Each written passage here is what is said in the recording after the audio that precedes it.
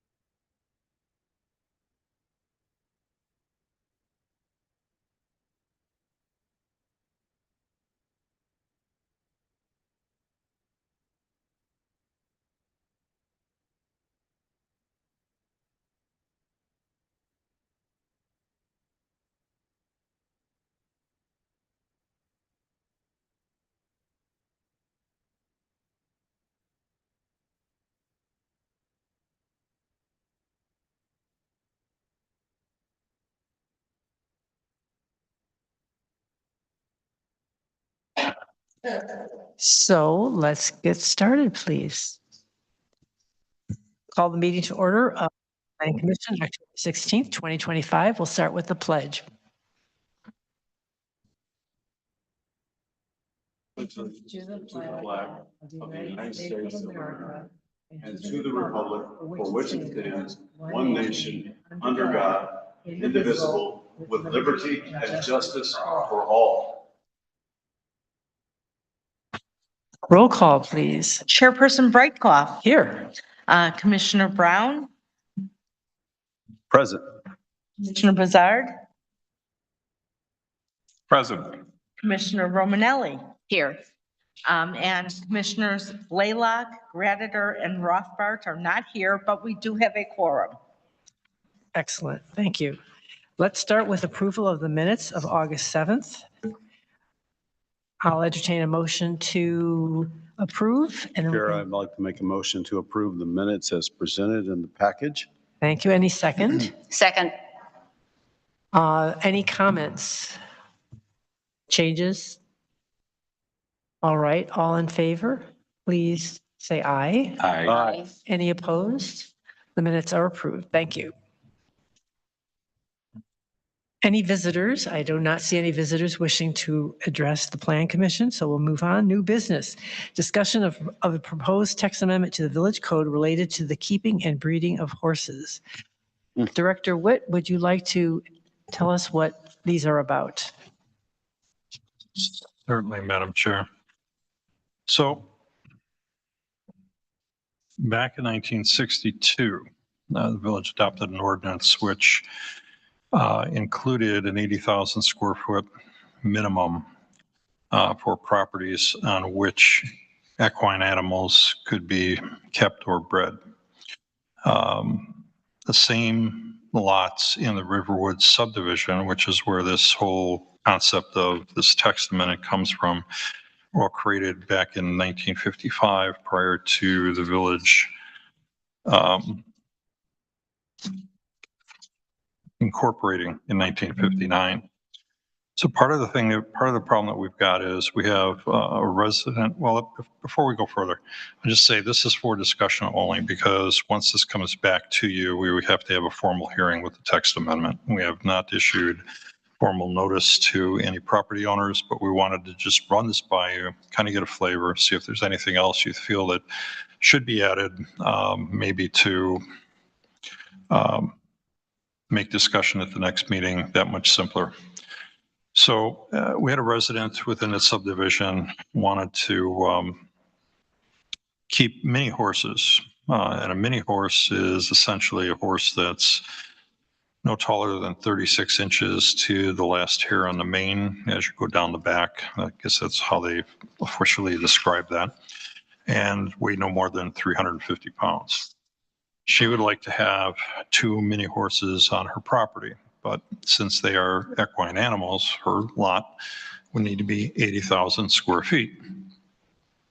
So in review of this whole situation and looking at lots, the lot in question is slightly over 80,000 square feet, but that includes the easements for the road.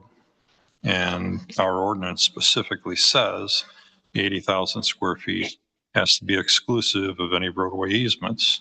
Once you take those out, she's well below 70,000 square feet. I think she's at 60, I'll probably misquote. It's probably at 62 to 68,000. I forget what the exact number was. So she's asked to see what it would take in order to get an approval. So in going through this with Attorney Hoover, we went back and we looked at this ordinance that's been in effect since the beginning of time for the village of Riverwoods. And we see a few things that we feel need to be changed. One of them being that as Chair Gratiter of the ZBA pointed out, that equine animals also include donkeys and burros, which make a lot of noise. So for all of this time, the village has allowed people to raise donkeys on their property and make a lot of noise and bother neighbors. And we're not interested in that occurring. So the thought was that since the mini horses are, somewhat smaller in stature, obviously, you can get a horse that's, I think, better than 6 feet tall at times. These little guys are 36 inches. So they're the size of a very hefty dog. If you want to look at it, probably St. Bernards have probably been a lot smaller in some cases than some of these. But I think the Bernards only go up to 200 and some pounds. So what we're looking at is also incorporating some changes into the equine code to protect not only the woodlands, but the wetlands. And we have some properties, this particular property doesn't have wetlands or woodlands, but part of the concern is that animals of that size can do substantial damage to the woodlands by trampling down root zones, and they could also do substantial damage to wetlands. So though the code requires fencing to be at least 60 feet from a property line, we're also looking to add requirements that the fencing must restrict these animals from getting into the buffer zone for wetlands and keeping them out of the root zones for the woodland areas. So at this point, it would take a lot more than just say, okay, I got 80,000 square feet, go ahead and have a horse. And we've had people who wanted to do that in the past. This now takes a little extra time to go through the process, make sure all of those conditions are met, and also has a criteria for a shelter to handle one shelter, which would handle the 2 horses in this particular case, or one shelter for one, as part of the whole process, so that they're, they have some relief from the climate. So that's basically the background to this text amendment. I think I've covered all the changes that we've looked at, and I guess I'm really throwing it to the floor to see if anyone has any other ideas or comments or concerns that we may be missing in our review. I do have just one quick follow-up. You said that this resident, when you take out the easements, has 60-something thousand, and the ordinance says 70. I'm sorry, I think it was 72,000. Oh, 72. I'm wrong. It is over the 70,000 because we did look at that. So the 70,000 would work for this particular property. Okay, thank you. I'm sorry about that. The one thing that we did find, which was a little bit surprising, is particularly in this neighborhood, it was thought that the original crafting of the ordinance for the R1 district would be well suited for 80,000 square feet. But when you actually look at some of these properties, that is not the case. So it was a little bit of a surprise, which is where we felt there might need to be some relief, because the intent was the area would be able to have horses, and we have 3 or 4 horses, I believe, still within the village, but it's my understanding in previous years have been a lot more than that, well before my time. Are there any comments or questions from commissioners? I had one real quick. Go ahead, Tim, but please put on your, I did. I just need to lean forward. There's a outside building that is required. Can this property conform with the, what is it, 2 exterior buildings without having to go to the zoning board of appeals, or is that a problem for this? In this particular case, it's not an issue. Okay, all right. Thank you. Good question, but not an issue. yes, Commissioner Romanelli. I have a question because it talks about the keeping and breeding of horses, adult dogs, and other animals. Is there another section that talks about breeding? No. Okay, so No. do we feel that needs to be addressed? Apparently it hasn't been. I don't know if it's an issue. It's a good question, but I don't have an answer for you right now. Something we'll take into consideration. I guess part of the question would be, when you look at it, it's no different than when we're looking at orphans. You have X amount of cages for dogs. What happens when there's a litter that pops up? Then what do you do with the excess? Are they all of a sudden in non-compliance? So perhaps what we need to look at is some provision that says, if breeding is occurring on the property, there's an X amount of time to bring it back into compliance for the overall. So I think it's a very good question, Catherine. Yeah, I think that would be something we should look into and consider. That's a good point. Thank you. Any other thoughts? Commissioner Brown. Thank you, Chair. Just a quick follow-up on a couple of thoughts. Pulling on the last thread there, maybe there's an interesting opportunity to explore a partnership with the folks at Orphans as it relates to not only equine, but other animals, including dogs, et cetera, and the like, just given their focus and expertise. When I think about the bigger picture from a risk management standpoint around horses, are there lessons learned we can pick up from the folks in McHenry County? When I think about 22 West, we have several properties which are at scale around horse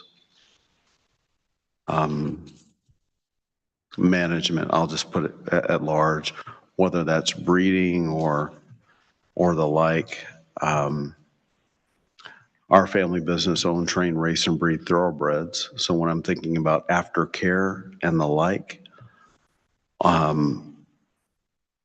you mentioned a couple of instances around smaller horses, but writ large, are we exposed to risk around the long tail risk of horse livelihood and upkeep and maintenance all the way through end of life? I'm interested in those kinds of concerns.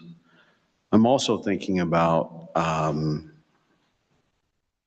But if, are there opportunities around hunter jumper, saddle, dressage, et cetera, and the breeding of those horses to kind of showcase what Riverwoods has to offer to those folks who might be bringing those assets to our community? We want to be open and engaging.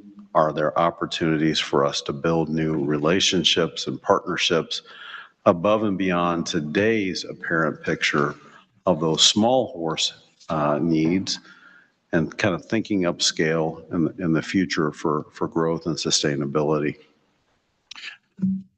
are you thinking in conjunction with this on a particular property that actually houses the animals, or are you thinking of other facilities like an orphans for mini horses?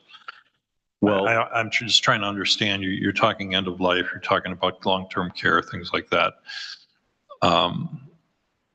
You know, the ordinance is not going in that direction as far as, you know, long-term care, no different than you would for a dog. You know, you go to a vet and there's that health care that occurs through end of life.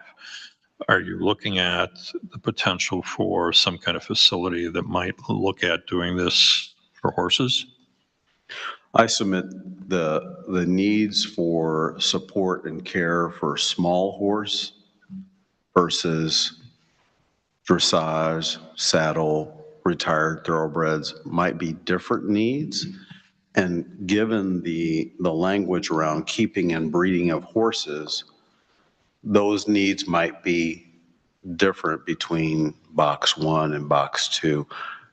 Are we thinking broadly about what we're offering to our constituents who are thinking about the long-term care of horses?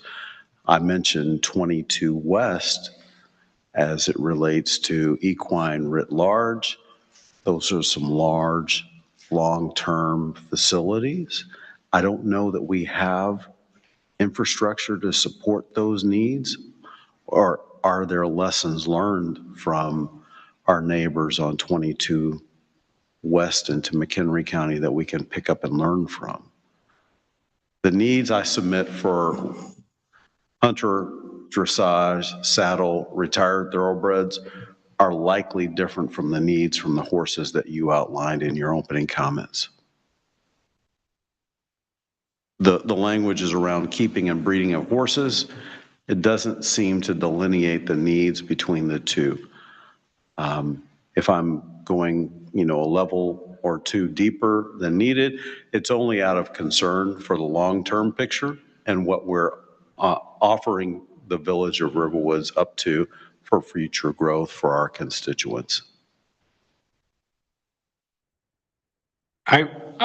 I see a difference between a horse that is, I'm using the word pet, and boarding horses what I think you just described are probably places where there's an owner who boards their horse and uses it. I'm not aware, and I guess one of the questions you might, and maybe a way to deal with this issue would be that if you're in the business of boarding horses, can you do that in the village versus having, you know, your own horse that you're taking care of? You know, I don't think we regulate, you know, people's pets as to, we rely on me to take care of my dog. And frankly, I'll probably go in the household before my dog goes, according to my wife. So I think there's a difference probably related to the business of horses versus being a pet. Now, we may have places that are boarding horses because they have the facility. If I had 2 stalls in I might have something, you know, another horse, but we do have a, what is it, 4 limit right now? Is it? 4 if you have 160,000 square feet, 2 if you have 80. Yeah, so it seems like Are you we're talking pretty some hard to sizable- have a business. I'm thinking with you guys, I'm not, It would be- I haven't formulated a thought, but It would- just thinking that, I would think it would be hard for that to be your primary business unless you're charging some crazy dollars on a monthly basis. right, We're not looking at this as a, you know, as a business opportunity. We're looking at this for the fact that historically people have owned horses within the village, and historically the lots that have had it are in the 80,000 square foot plus size. Here, we're just looking at trying to get somebody who is within that same area of 80,000 square feet to be looking at taking on these mini horses. Their intent, this property owner's intent is to be utilizing them for therapeutic uses. Now, how she does that, how she transports them, whether she takes them to a hospital, to a children's event, or whatever that may be, and that's above and beyond where we're trying to go. At this point, you know, it's just looking at the keeping of them. I see this more as a keeping, not necessarily a breeding situation, but I understand how Commissioner Romanelli's comment is that if they start with 2, they're allotted 2, and they somehow breed, depending on, you know, the mix, it could be a non-compliance, and then what do we do at that point? So it's a very good question to be answered, but I don't see this as a business opportunity. Number one, we don't allow businesses within residential districts where people come to the property. And in this particular case, you'd have to bring your horse to the property, and you'd have to pick the horse up from the property to do things. So that right now would require some change in the code. And as far as I've ever read, we have nothing within our business district that talks about maintaining horses, you know, as a boarding situation. So though I could understand the concern over longevity here, I personally don't see this any different than owning a dog. You know, you don't necessarily have, you know, an animal hospital in every neighborhood to take long care of the dog, but you do have vets here and there that, you know, people take them to. I just personally don't see that happening within Riverwoods, but I do see a sense of people that have asked, and over the limited time I've been here at the village, we've had at least, I think, 3 people ask us, they're looking at buying a property, but they want to have horses. So does this particular property support that? And the answer has been sometimes yes, sometimes no. And the ones that have said yes, move in, and a year later, there's no horses. So I don't know if they're just looking as a want somewhere in life. I don't know. Chair, if I may, Director Wood, thank you for the additional information, Commissioner Buzard. Thank you for your clarify. My concern stems back to the needs of small equine versus those hunter jumper, dressage, saddle, retired thoroughbreds who might be in the space that we are calling in scope, if you will, around keeping and breeding of equine, they have, I think, discrete needs. And I just wanted to offer to the conversation before we make a decision, those dynamics. Have we had an opportunity to kind of think about not only the opportunity presented today, but as well the growth exposure to opportunity and risk ahead? And I really appreciate your insight and perspective. I would, okay. I don't have a perspective at the moment. I'm sorry. I guess what I'm really trying to still grasp and get my head around is, the ordinance, as far as the zoning goes, is more of a thing that says, okay, this particular use is permitted within a given district. And the zoning code doesn't go toward the level of care, the type of care, the things that are required for the care, for the upkeep of the animals that are held on the property. That is ultimately going to go to the resident. So what I'm trying to grasp is what type of change to the zoning code would you feel would be necessary to do the things you're trying to achieve here? Because keeping in mind, zoning goes to very limited things. It'll go to lot area, it goes to bulk, it goes to height, it goes to some restrictions, where you can put things on a property, and particularly it goes to use. So the use let's take breeding out of it for a second and make life maybe a little simpler. The use is keeping of horses. We have things in here that say dogs and chickens. We don't do goats. And so it's saying that certain things are allowed, certain things are not allowed. But it doesn't tell me how humane I have to be to the chicken that I have or the dog or anything else. Now, obviously, there is some morality to some of these things where, people start using dogs to fight other dogs, things like that. That's beyond zoning. That goes to other law. The zoning isn't going to cover that. The zoning is only going to say, yes, it's appropriate to have this level of activity with this number of animals based on lot size, which is going to then help minimize the distraction or the interruption for the quality of life, particularly for the neighbors. That's where the zoning is going toward. If you can point me in a direction that says, okay, I think we should change this paragraph in this area, or pick a piece in here that tells me it doesn't do what we're trying to accomplish, I'd be very glad to tackle that. But I'm having a hard time getting my head around, though I understand your concern, but I'm having a hard time figuring out how we would make zoning tackle what you're asking for.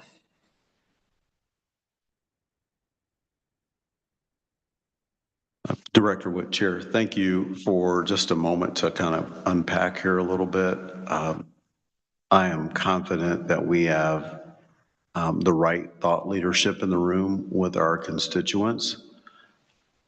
When I offered the comment, I only think about, again, those folks in McHenry County. When I think about 22 to the west, some larger properties around boarding, potentially breeding, potentially end-of-life care around equine. And when I thought about the language offered, that was my reference point. They have a different, I believe, size and scale than we do within the village of Riverwood. So I just wanted to have just a quick chat with you about it here.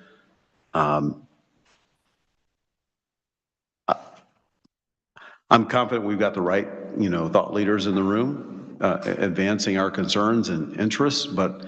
And I would be glad to further the discussion if we can kind of find some commonality and how all of that can help here within zoning. But again, I have to look at this as really a use issue versus anything else. Sure. Use today as presented versus broadly open-ended for scale and growth. What are we thinking about, how this might impact us 10 X many years down the road? Okay. Thank you. Perhaps we could ask the village attorney to take a look at some of the communities west of us that have the larger properties and how they address larger scale animals. Yeah, we've done a bit of research, from what we can glean on the web, as well as some discussion with the potential applicant here with regard to this. And what we're looking for is not out of line with what they've been seeing, but we can continue doing a little further research on it before we bring this back to you. Because my belief is that somewhere within the next week or two that we probably go out for publication. And that would be after we have conversation with regard to how we may certainly deal with this breeding issue, and take into account any other comments that the commission offers tonight. I certainly am not discounting Commissioner Brown's comments because I've heard them and we'll discuss. Sounds good. Anything else? Anybody else? Okay, thank you very much. Do you need anything from us besides the comments that we've just made? No, I think I appreciate what you've brought tonight. That helps. They're all good comments, and Attorney Hubert and I will go through this next week and come up with some kind of potentially amendment, and it'll eventually come back to you, I believe. Good, thank you very much. Then we can move on to old business, which is a continuation of the discussion relating to updating the village's comprehensive plan. Director Witt, do you want to lead us into that discussion, please? Certainly. So internal conversation has kind of been centered around a little bit still with regard to what has occurred for the Walters Kluwer site. And I don't know if everybody is up to snuff on that, but the Taxman Group has backed out of the possibility of doing a development at the Walters Kluwer site. They were not interested in spending money to further define what the scope of their project would be to a point where the village board felt maybe, and this is in my words, maybe some comfort level of making a decision as far as the affordable housing aspect of the project. There was really nothing put forth that said, wow, this is a great project, we can't lose it, maybe there's something to look at. They wanted 100% no affordable housing, they wanted 100% fee in lieu, and the affordable housing ordinance that was recently passed specifically says that 10% of the units 10% of the units that are constructed need to be affordable by definition. It did give the board latitude to say that fee in lieu could be applied to only 50% of that 10%. So no matter what happened, they were still looking at the need to have 5% on site, and they were adamantly not interested in that. So they have backed out of the deal. So the concern is still very viable. We started this kind of process with the plan development ordinance, beginning of this year? Or was it last year that we did the tours that Tesca had set up? It still is, I think, a very urgent need to look at the comprehensive plan in order to make sure that the plan development ordinance is actually very well integrated into that prior to somebody else coming to the table and saying, we want to do a project. Since the Taxman Group bowed out, we had interest in the 37-acre site. They want to do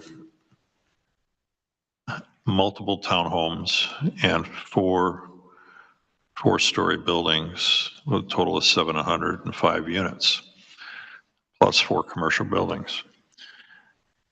The concern is that, you know, if one of those actually becomes an application, once you have an application on board, whatever your ordinances are that are in place are what applies to the project. So the concern is to look at the plan development ordinance, get it tied into the comprehensive plan. However, I think we can, you know, go a little further to that, because I know sustainability is certainly an issue as well.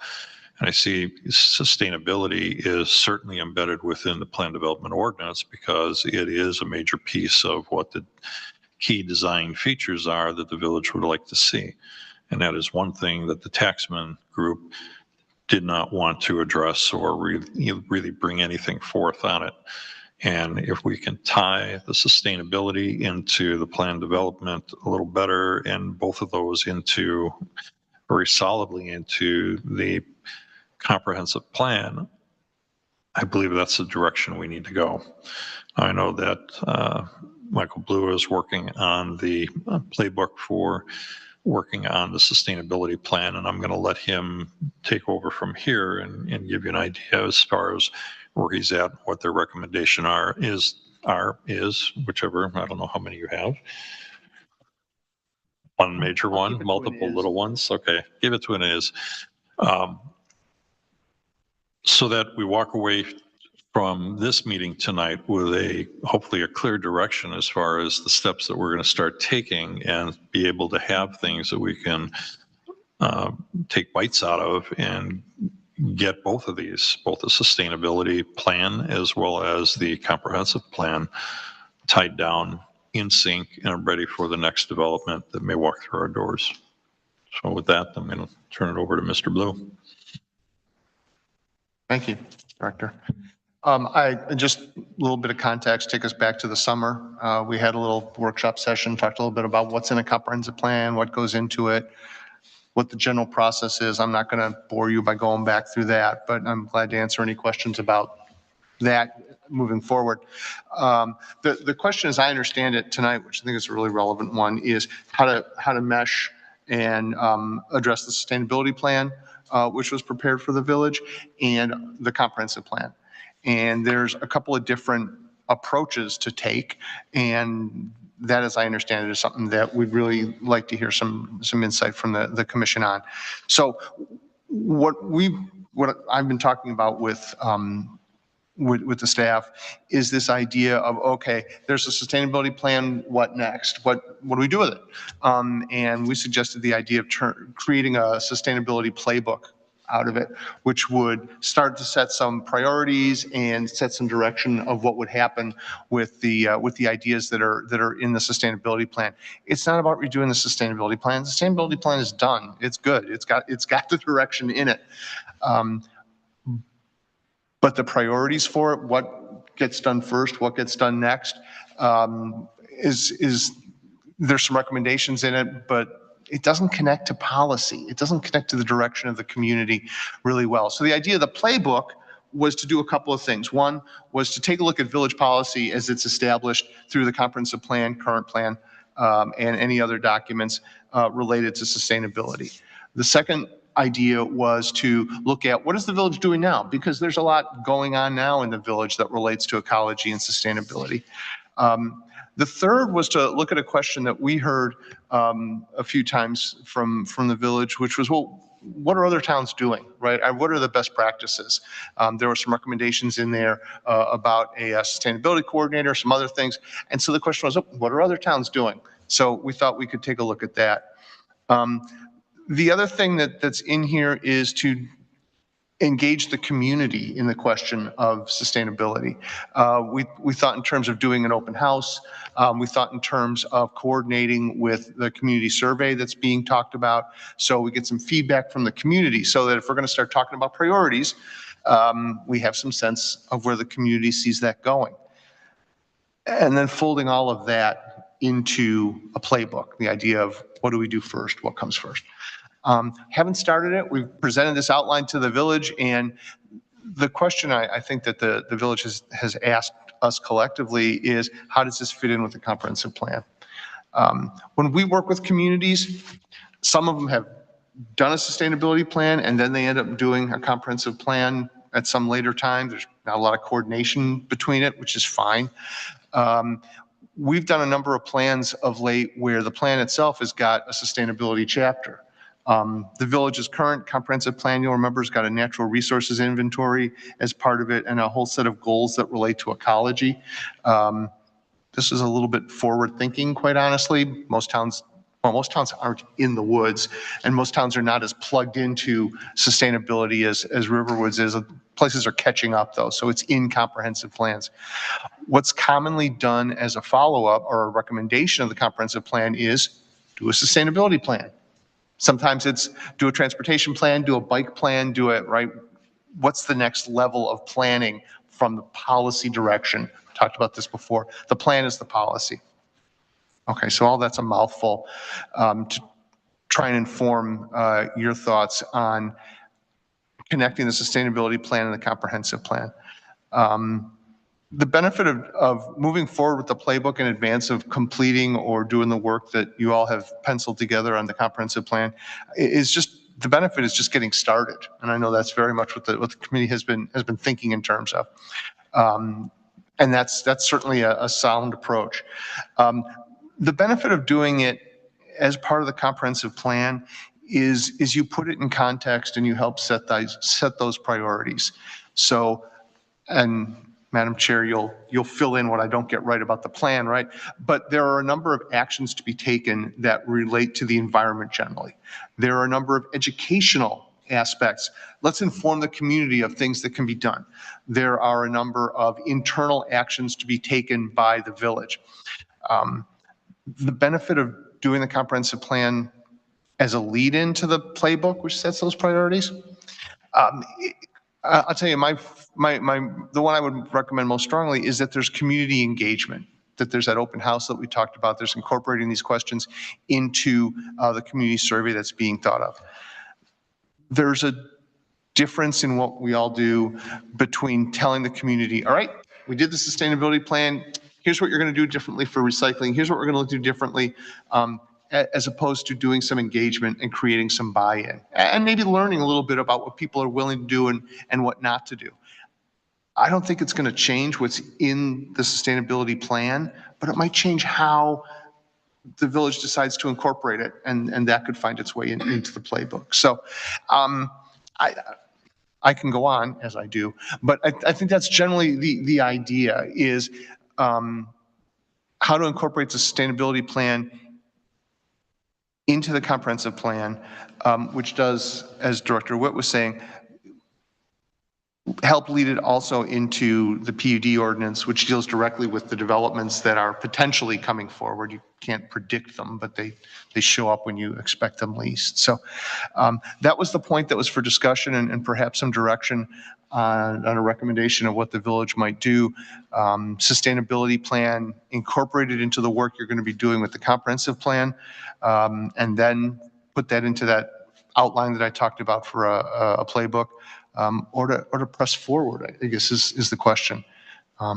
As I said, the benefit of pressing forward is just that. The benefit of doing the comprehensive plan is to do it have the work that you ultimately do be done in the context of that village-wide policy document. I'll stop. All right, let me just jump in. I was one of the co-chairs of the Sustainability Task Force, so this is very dear to my heart. We spent a year, the Sustainability Task Force, which had about 8 to 10 regular members. It was larger when we started, and we met almost every other week or weekly for a year to put together the plan. And we ended up with 20 objectives related to the broad concept of sustainability. So it's environmentally related, but also economics and political related. And we picked 20 top priorities that we listed out and presented that to the board a few months ago. It might be helpful for the commissioners to see what we came up with and presented to the board, just so they have an idea of what we're talking about when we talk about sustainability. I'm kind of inclined to put a sustainability chapter into the comprehensive plan, but I'm open to suggestion. as to how that might look. Anyway, if you folks have not seen the draft plan, I think it might be a good idea to get you a copy. It's fairly extensive, but there is an executive summary, so you could read that if you don't want to read the whole thing. And we spent a lot of time and took a lot of thought into it. I think it's really important that we address it in Riverwoods and make it part of our policy, our plan. So that's all I'll say about that, but it would be helpful if you saw it and you would get a feel for what we're talking about. And then you can think about how to integrate it into the comprehensive plan. Commissioner Romanelli. So as Lori knows and Steve knows, I attend pretty much all of the Board of Trustee meetings, but I honestly don't know where the sustainability plan is within the Board of Trustees. Can you elaborate? I mean, I don't know that it's been presented in a meeting, but I apologize, I could have missed it. It was probably one of those very few meetings that you don't attend because you are there a lot.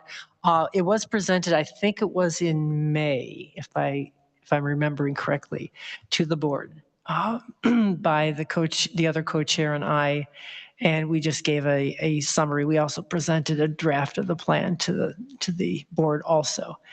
Where it is, it's been given. Tesca's been asked to take a look at it and think about the playbook, and it hasn't, nothing further has had. And I was at that meeting. Okay. But then that was my question. Then What's happened? where is it? It's, I remember that. it has not moved materially in any way except that Tesca was asked to take a look at it and think about a playbook. So that's where we're at. There were a couple of meetings and discussions with the staff and consultant team of the village to just kind of understand how it would fit into current village activities, what was already being done. And that's frankly where the idea of the playbook grew out of, was sitting in those meetings and hearing people say, you know, we're doing some of this. There's options on how to do some of this. What do we do now? And so there's been that internal discussion about it. I don't know that it's been to the board since. I think not. I think just it's raised occasionally. So yes, I think it's time to move forward. So I would recommend that I send you a draft of the plan so you can see what it looks like and how extensive it is and what the top priorities were, and just give you a feel for it. And then you can think about how it might be integrated into the comprehensive plan.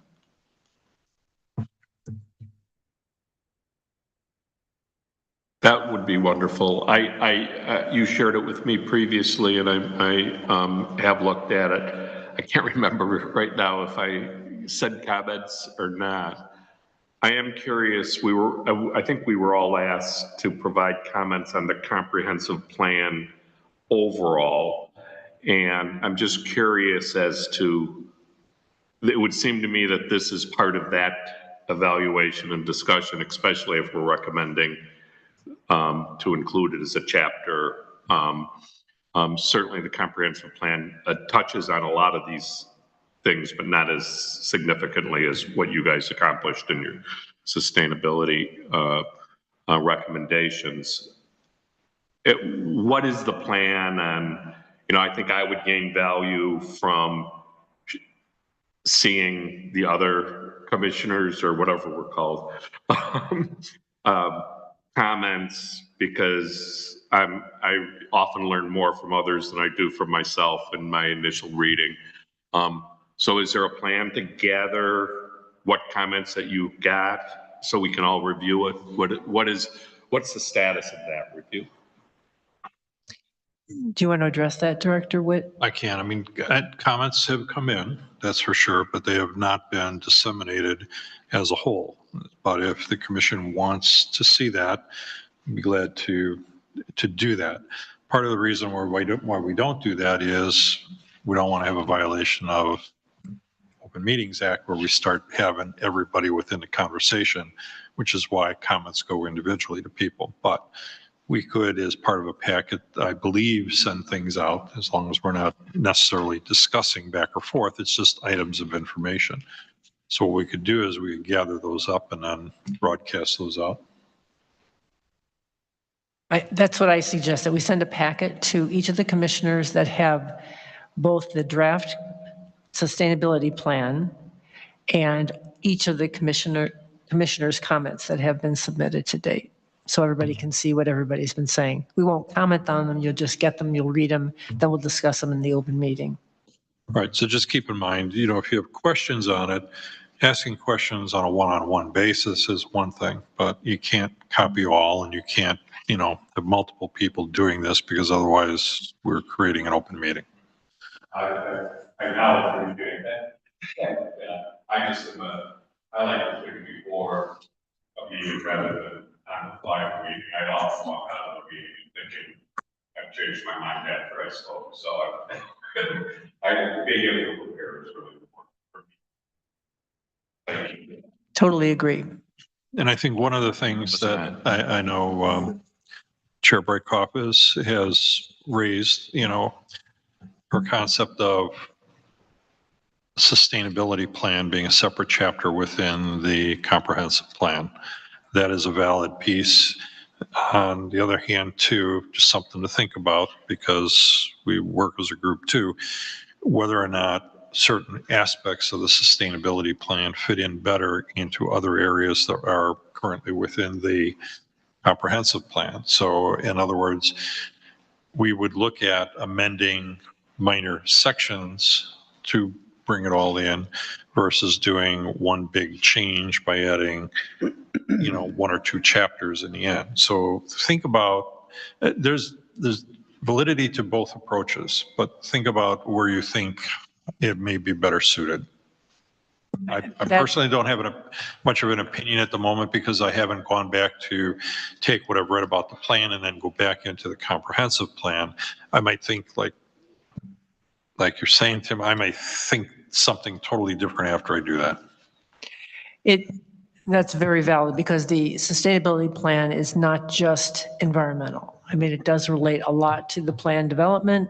Right. It has a lot There of are going to be aspects. pieces that could fit potentially into the comprehensive plan so that you get everything you're looking for, but it just may be spread out through the whole book. Sure, and That's the maybe, point I'm trying to make. yes, and that's very valid, and I think maybe we can do both. I think maybe we could certainly do an appendix that has the sustainability plan attached to it, or the playbook, or both, and then integrate the other items throughout the comprehensive plan. I think that's very valid. I just wanted to make a comment, because we've been looking at the comprehensive plan. We got that months ago for our comments. And I have to tell you that as I was reviewing it, there was so much that was outdated.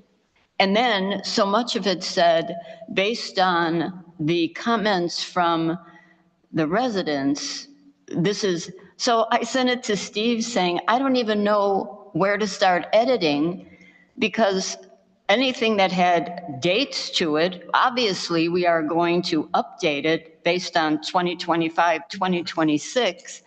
And if we're going to do a survey of the residents, then that would be incorporated into it. So I don't really have comments for you to read. There's my comments. No, and that's very true. There's big chunks of the plan that are really outdated and need to be redone. So, I mean, there's a lot. So that's absolutely true. It was overwhelming. It's a lot. It's a lot when it's that outdated, and some of the sections were considerably outdated. Question for the chair. Yes. So I'm hearing an outcome of tonight's meeting is that the commissioners will receive a package and ask to review and opine, and then we'll have a follow-up meeting. Can you talk through dates on the calendar, expectations, so that we can keep our commitments to the process, serving the greater good?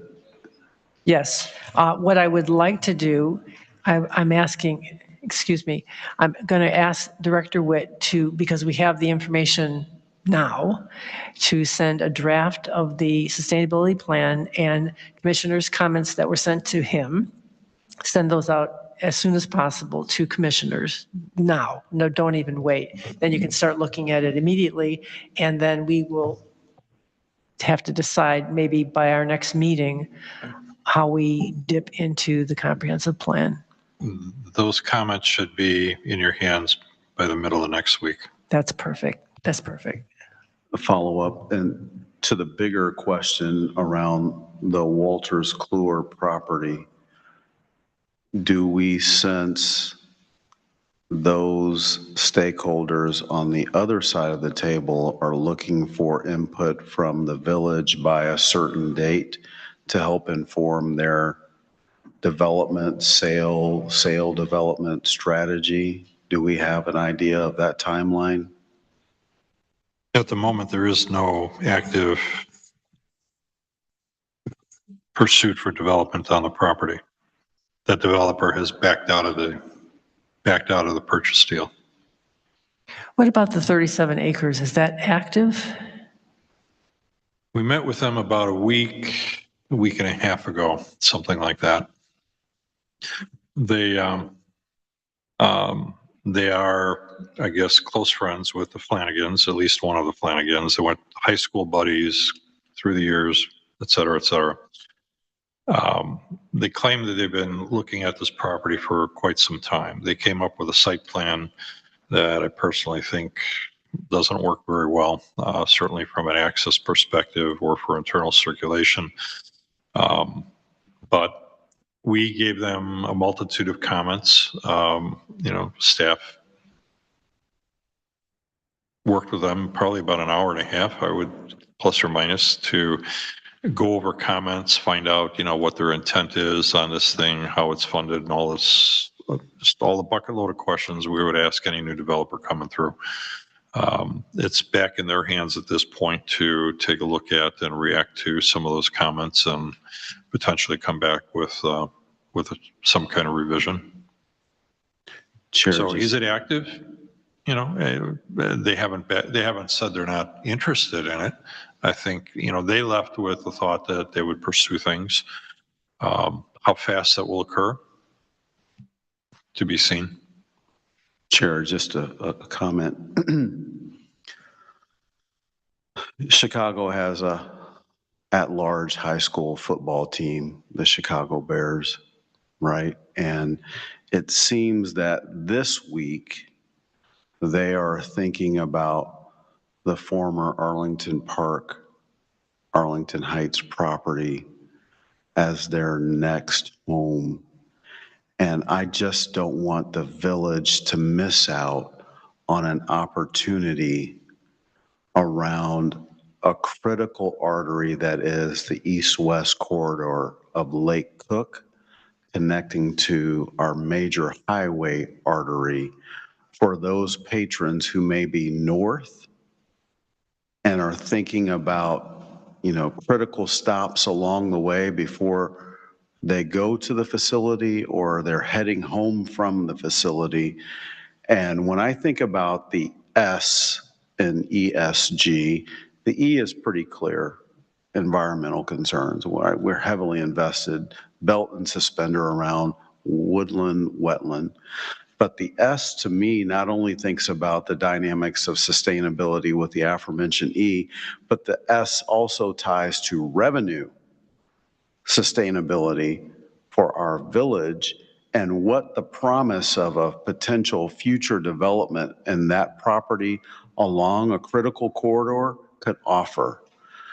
When I think about some of our recent developments around Milwaukee, puts and takes and opportunities and lessons learned, I don't want us to miss an opportunity going through diligence to think dynamically around, wherever the Bears might settle. If they do end up settling in that Arlington Heights property, I think Lake Cook becomes a critical corridor and an opportunity for the village that I just don't want to see us miss.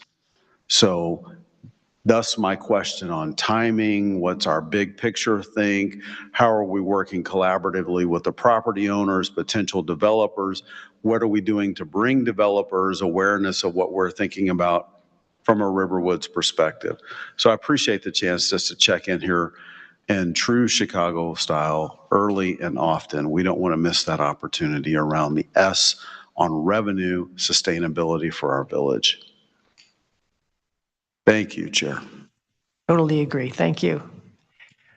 I just wanted to get one clarification on the sustainability plan, and then I have one other question, but are we providing input to that plan, or are we trying to figure out how we take that plan? I'm a little bit confused as to, are we playing a role in helping craft it?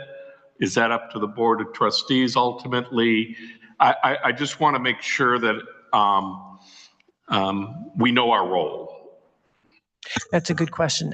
I would say no, you don't have to comment substantively on the sustainability plan. We're really looking at how do we incorporate it into the comprehensive plan.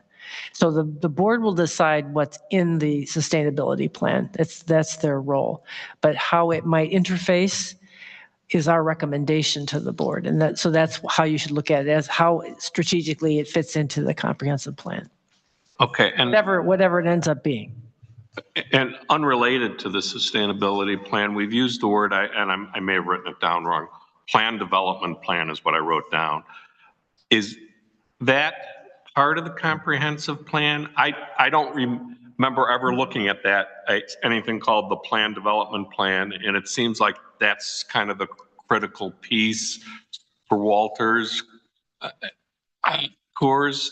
So I just need to understand that, and if we're supposed to be reviewing that, then I'd like to review it. So I would just, yeah, it's a great distinction. So the plan development ordinance is a better way to think about it. Okay. Right? So it's part of the village's development regulations. So if somebody's going to come through for a significant development, Walters Kluwer is a great example, 38 acres is another great example. Somebody's going to come through with a significant development. The underlying zoning or some of the basic zoning districts that the village has, and this is true in any town, is not cut out for something that's that out of scale, for a development of that scale. So the village has a plan development ordinance, which becomes the process and the standards by which the development is considered by you and then approved by the village board. The connection to the comprehensive plan is one of the standards of a plan development. One of these major developments that comes through town is it consistent with the direction, with the policy and direction of the comprehensive plan? Right? So the regulatory document is looking to the policy document to say, is this what we want? Right? And so as we talk about the comprehensive plan and updating it, it should provide some direction on development generally and some of these sub areas like Milwaukee Avenue corridors in the current plan, for instance. That way, when the development comes before you and then to the village board, through that plan development process, it's being informed by the policy direction of the comprehensive plan. So how do we, as in our role as commissioners, get coached into knowledge so we can incorporate what needs to be incorporated to achieve the goals into the comprehensive plan? I guess it seems like I'll read anything that is provided to me, and so I'm looking for how I learn. I would just tell you, and kind of going back to the discussion we had in the summer, if I may, just to kind of say that it starts with the current plan, right? Because the current plan talks about who the village is, right? So that hasn't really changed. The world in which we're dealing with it certainly has, but what are the priorities? Who is Riverwoods? That probably hasn't changed a whole lot. The other thing that, and we haven't talked about this, so I say this at my own peril or our collective peril, is incorporating the survey or community input in general, right, is always something, and you mentioned this. So the idea of being informed by the community. So it's not on the 7 of you to say, this is what's right for the village. but like you say, to be informed by some form of engagement. And I don't know where it is, I apologize, but there's talk about doing an updating the community survey, right? A great bit of insight for all of you as you update this document. And the other thing to look at is what's kind of the best practices in planning and development? And that's what Director Witt and I are here to help you understand. Chair, if I may. Yes. So I think, here's what I heard. We don't want to create rework to the work of the Sustainability Committee, but we want to be in complement to expedite any net learnings to inform our colleagues at the Board of Trustees level so they can make an informed decision in a timely manner, right? Because again, to me, it feels like, ooh, wow. Again, I'm pointing to the Bears relocating to Arlington Heights and thinking about that north corridor, 53 to Lake Cook, east to the highway. That presents a great revenue opportunity for the village as we think about the next iteration of development for the Wolters Kluwer project and others. It's important for us to go through our diligence, Commissioner Lazard, but I don't want us to be in a situation where we think we have to rework the work of the Sustainability Committee, because I think their product is, would you say, a year you all have already poured into this?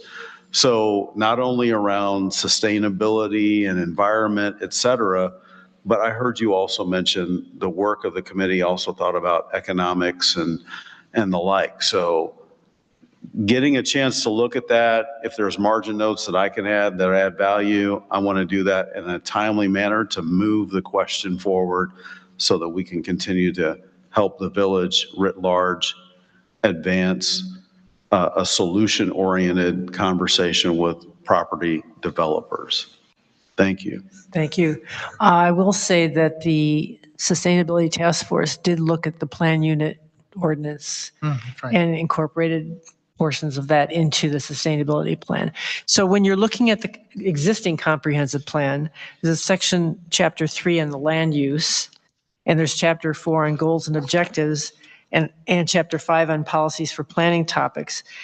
All of those relate to sustainability issues and changes that may be required with the plan unit development. So take a look at those chapters, chapter 3, 4, and 5. It's all relevant on plan development. So those comments on sustainability tie to wetland, woodland preservation and the like. Absolutely, yeah. But then you also poured into the value add around economics and growth and developments and a different lens around sustainability for our village, revenue. Yes, and I'm trying to think I don't remember what we said on revenue because it was primarily sustainability in a traditional sense, which is more of an environmental, but we certainly talk about educating developers, educating community and that kind of thing as to what we expect.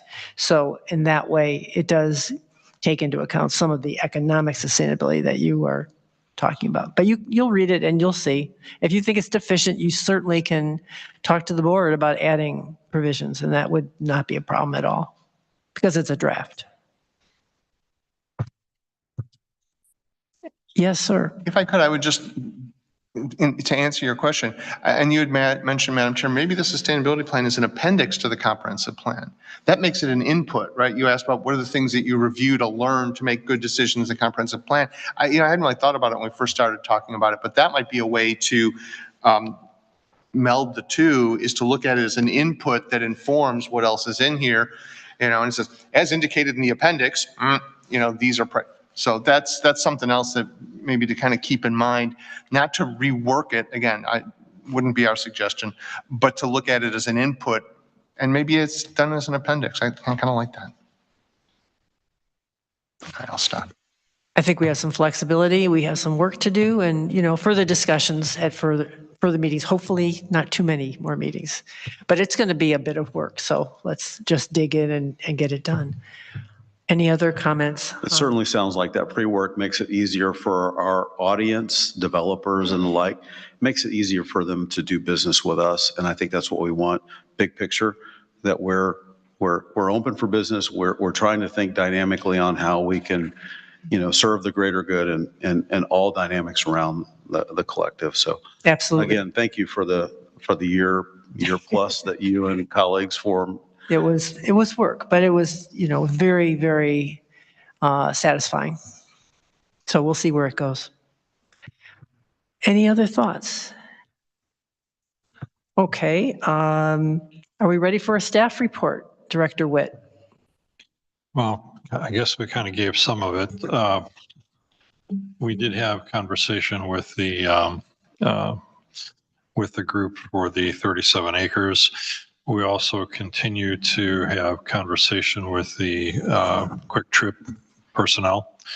One of the things that we need to potentially look at with them is they're going to be taking a major chunk of the parcel that they're looking at, but there's also going to be about a 1 acre site that's a leftover piece, which would be on the north end of them, which would be immediately north of what that intersection would be with Inverary. There'd be a one in and out location at that intersection that IDOT's probably going to approve. They've got some comments back from IDOT. They are, we just met with them again on Tuesday. They're coming up with some revised drawings, and at some point in time that will end up having to come in front of this commission as well. They're not quite there yet. We're working with the county to figure out particulars for getting water and sewer to them. I think that they're pretty well figured out for it. The water and sewer would end up servicing not only Quick Trip, but this secondary lot that will be owned by Quick Trip, but is not targeted for any particular development at this point. But we certainly want to think about what that might entail. It also handle some of the sanitary and water facilities for the storage place, because they do have a caretaker that lives on the property. So there's a minimal amount of water and sewer that's associated there as well. So we're getting close. We're working with the county, and hopefully soon we'll see something happening there. Another thing that might be of some interest to some, the infamous water main break at Brayburn and Saunders is actually going to start repair on Monday. So wave to the big rat that might show up, because the contractor is being investigated by the Department of Labor for not paying prevailing wages. So we'll see how that plays out. But the interesting part there is, this is an opportunity with what's going on Deerfield Road. The last meeting with the county about a week and a half ago figured that the county owes us replacement of about 640 trees. So we're going to be looking at how we can do some restoration work for not only the people on Deerfield Road that get impacted by what the county is doing, but also particularly along Saunders Road. I think that'll go a long ways to turn around some of the angst on that property. That particular thing is not moving forward whatsoever. I firmly believe it's because the contractor, Builders Paving, is in, I believe, still under lawsuit with IDOT due to IDOT's belief that family members of the Palumbo name may be associated with builders, and Palumbo is not allowed to be doing state work. So every time we ask what's going on, they're like, we can't talk about it. We had hoped that that project would be, maybe halfway done by now. We will be lucky to see anything happen before the end of the year. So I'm thinking that's going to start somewhere in 2026. And at the moment, that's all I can think of. I have a question about Quick Trip. Sure. The Sustainability Task Force had a list of items that it wanted Quick Trip to consider as far as sustainability goes. Has anything come of that? They have provided some information to Attorney Hoover. Maybe this might be a little premature, but we were hoping hoping to get together, particularly with you, Chair Brightcoff, and possibly some other members of the community to meet with them to go over exactly those concerns. So we haven't set a date and time for it, but we were discussing that as of yesterday. I look forward to it. Okay. One of the things we suggested, they have an acre. They should consider putting in a solar farm to run their gas station. And what they're going to do as far as that, I don't know. The acre that's left over has been talked about to potentially be another retail space, which also can help the community as, as far as a retail tax. But they don't have anything at this point, to my knowledge, for an intended use on the property. But it could support a small business. And they could put solar panels on their roofs also. I mean, it's a gas station. Maybe coming at the chair's comment question from another perspective, do we sense anything from related quick trip developments that would lend them to having those kinds of a PV array or rooftop mounted? Do we see them doing that elsewhere that they could potentially bring to our development opportunity? I have not visited, other than driving by their facility in Addison. I'm not personally familiar with any of their sites. So I would imagine they have a construction services team Oh, absolutely. that They goes have a out whole- and they have builds a whole across the real- country. So Yes. they have a model. And so that's what I'm asking to kind of pull on that thread in future conversations. Right. What have you done elsewhere innovatively that you could bring and complement to the chair's question? Right. Thank you.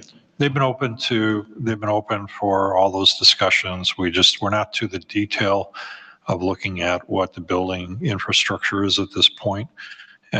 We are concentrating at the moment as to whether or not this still becomes a viable project, which we firmly believe it will be. But until we have some firm commitment from the county and an agreement to move forward with annexation, we're looking at. We'll be looking at those details, but we're not concentrating on that at this point. We're trying to concentrate on getting over the hump to get them sewer and water to the property and make sure that we can still get that done economically to avoid, hundreds of thousands of dollars if we really had to push water underneath the river to get them from Riverwoods under the river to them. But at the moment, it looks like this is a viable thing. But again, that's where we're concentrating. So again, I trust the sustainability committee and the work that they've offered up in the room, as well as the thought leaders in the room, Right. working with our developer partners on the other side of the table. Right. Just keep us informed, if you wouldn't mind, as this continues to move forward. Will do. And keep in mind, that is a project that would come in front of this commission for review. So you're going to have more than one stab at it. But the sooner we can be having those conversations, the better we are. I agree. Anything else? Moving on, comments by the chair. I have no comments, so I'll entertain a motion to adjourn. Chair, I'd like to make a motion that we conclude our business and adjourn for the evening. Thank you. Oh, one thing, I guess we should talk about the next meeting date. It's not November 20th. Then we can finish the motion. My apologies. I projected a month from today. It should have been a month from 2 weeks ago. So I think, what does that make it? November, November 6th, is that the date? The 6th or the 13th, is that? would that be first Thursday? First Thursday is the 6th. The Then it 6th. would be the 6th. So we will meet on the 6th for our next meeting. Okay, is there a second for the adjournment? Second. All in favor? Aye. Any opposed? Thank you very much. Thank you all.